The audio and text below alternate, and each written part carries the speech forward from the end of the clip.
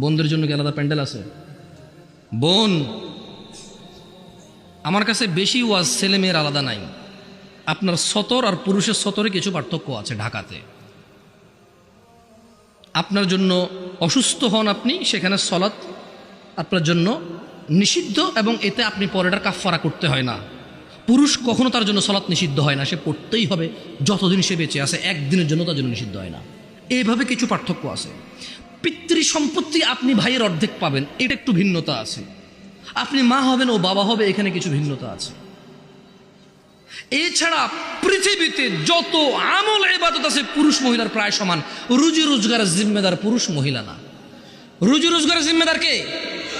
কে কে? Garments কর্মী আমার ওই বোনরা যারা ঘুম থেকে উঠে সকালবেলা লক্ষ লক্ষ পুরুষের সাথে ধাক্কাধাক্কি করে গার্মেন্টসে কাজ করতে যায়, ওদের কি বাবা নেই?